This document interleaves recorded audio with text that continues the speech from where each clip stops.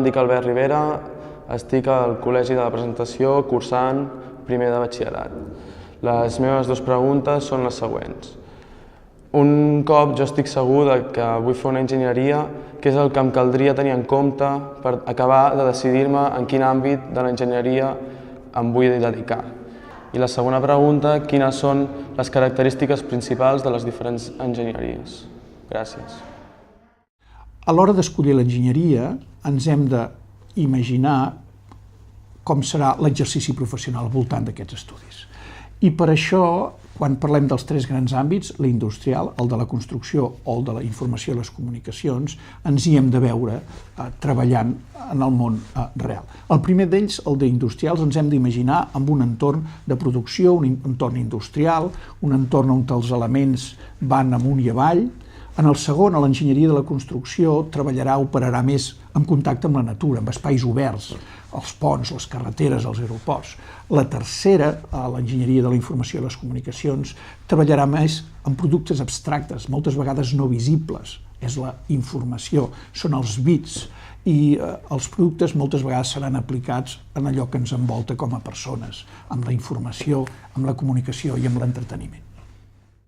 A veure, jo crec que hi ha dues fases. La primera és que s'ha d'escollir entre una enginyeria més especialitzada, en el que l'important és aprendre molt bé una tècnica, i unes enginyeries més generals, que no només donen un aprofundiment en una tècnica, que de vegades no, sinó que donen uns coneixements de tipus econòmic, de tipus organitzatiu, més amplis i que per tant serveixen per moltes més coses.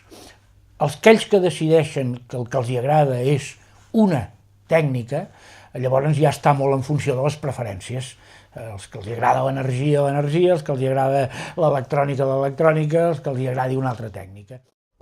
Hola, em dic David Espinós, soc de l'Escola Pia de Sarrià i la meva pregunta és en què consisteix la biotecnologia, què s'estudia exactament i quines sortides professionals té. Moltes gràcies. La biotecnologia és una branca del coneixement que es dedica a l'estudi dels éssers vius, però amb una vessant aplicada. Així, l'interès de la biotecnologia és estudiar els éssers vius per obtenir-ne productes o serveis que siguin d'utilitat per l'home. Com que ens interessen aspectes aplicats, també s'estudia aspectes d'economia, aspectes d'enginyeria, el desenvolupament de productes i tots aquells aspectes que tenen a veure amb l'aplicació pràctica dels coneixements que hem adquirit en les assignatures bàsiques que serien les de biologia. En quant a les sortides professionals, són àmplies i diverses, des de la vessant més elemental, que és el treball en la recerca bàsica, fins a aspectes com desenvolupar la seva pròpia empresa i també treballar en laboratoris de desenvolupaments farmacèutics, en laboratoris de desenvolupament de productes biotecnològics. Hola, em dic Guillem Cuspinera Matabós, del Col·legi de Presentació d'Arenys de Mar, i a mi m'agradaria saber en què consisteix una enginyeria aval, què s'hi estudia i quines sortides professionals pot tenir. Merci. L'enginyeria naval és una disciplina de l'enginyeria que tindria a veure amb tot el que és l'explotació i conservació de recursos i d'instal·lacions marines que anirien des de la construcció de vaixells mercants, construcció de vaixells de nàutica d'esbarjo, de vaixells de pesca, etc., fins a l'aprofitament de l'energia del mar amb energies renovables com energia eòlica, energia de les marees. La titulació de l'enginyeria naval té unes sortides professionals molt àmplies, un ventall molt ampli, amb sortides que anirien des del disseny i la construcció, reparació de vaixells mercants i vaixells de nàutica d'esbarjo, fins a treballs en l'administració marítima. Totes les titulacions tenen unes assignatures comunes, com les matemàtiques, la física, la química, per després passar a unes assignatures més específiques de cada titulació. A l'enginyeria naval, doncs, tot el tema de la propulsió i serveis del vaixell, fins a assignatures de propulsió i d'operació i manteniment per el grau en enginyeria marina, que seria la titulació per navegar com oficial o cap de màquines, i assignatures de navegació pels alumnes que fan la titulació del grau en enginyeria nàutica. Hola, em dic Andrea Saba i estudio a l'Institut IES Infanta Isabel d'Aragó. M'agradaria saber en què consisteix l'enginyeria d'organització industrial, quines sortides professionals té i què s'estudia exactament. Gràcies. L'enginyeria d'organització industrial o que els experts opinen que se n'ha de dir simplement enginyeria d'organització.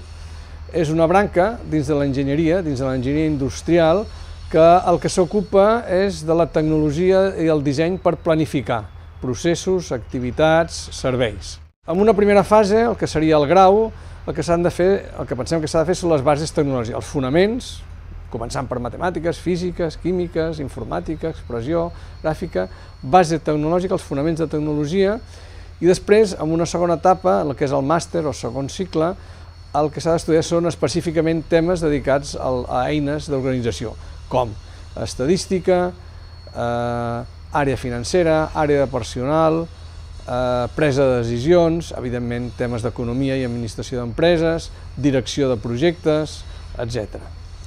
Sortides professionals. Les sortides professionals de l'enginyeria d'organització són bàsicament organització en l'àmbit industrial, ja que l'enginyeria d'organització industrial té un valor afegit a diferència d'altres titulacions similars, com puguin ser administració d'empreses, és la base tecnològica, aquesta és important, però també organització de serveis, organitzacions de gestió de personal, tant a la indústria privada com a l'administració.